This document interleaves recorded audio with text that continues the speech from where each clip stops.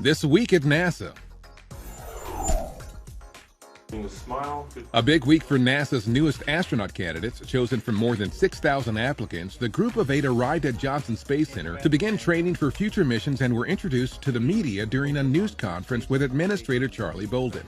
These new astronauts we are introducing today are critical to achieving our ambitious goals. They will help us to continue to lead the world in exploration. The candidates could be some of the first explorers to help NASA and its international partners blaze the trail outlined in the recently announced Global Exploration Roadmap.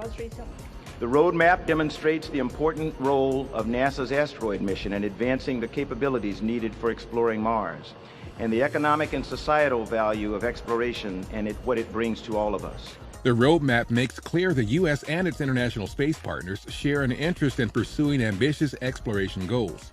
The roadmap also highlights the critical role of the International Space Station in preparing for deep space exploration and the importance of asteroid missions and advancing capabilities needed to explore Mars.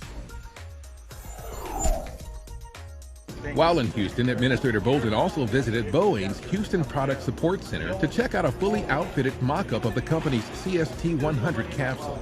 The vehicle is being developed in partnership with NASA's Commercial Crew Program to provide safe, reliable, and cost-effective transport to and from the International Space Station.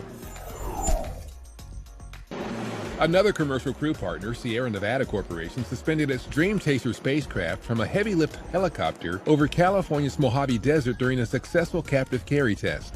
Simulator release. Simulated, good release. The exercise simulated the path Dream Chaser will take during free flight tests scheduled for later this year. Back outside the International Space Station for the second time in 6 days, Expedition 36 flight engineers Fyodor Yurchikhin and Alexander Mazurkin in Russian Orlan spacesuits conducted another spacewalk. The pair's to-do list included installing a platform on the Zvezda module for a telescope coming in the future and removing a visual alignment target on the Pirs docking compartment.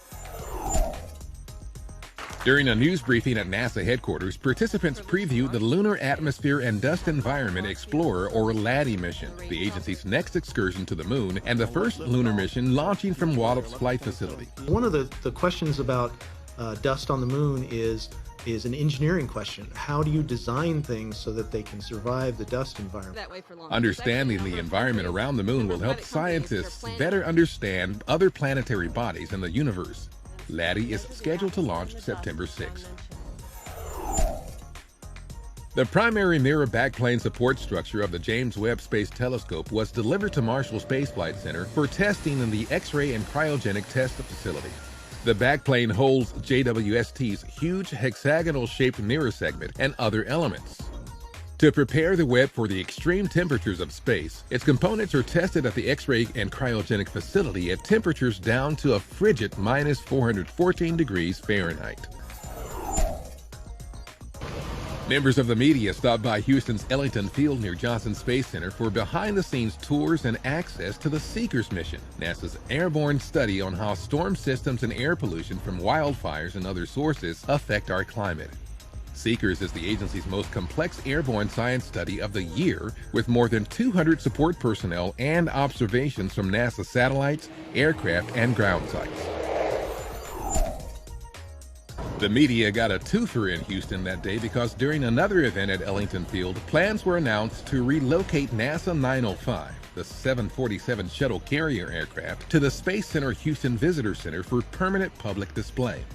The SCA safely transported space shuttles around the country on 68 ferry flights from 1974 to September 2012. On August 25, 2012, astronaut Neil Armstrong passed away after complications from heart surgery. The Apollo 11 commander was the first person to set foot on the lunar surface during the 1969 mission to the Moon.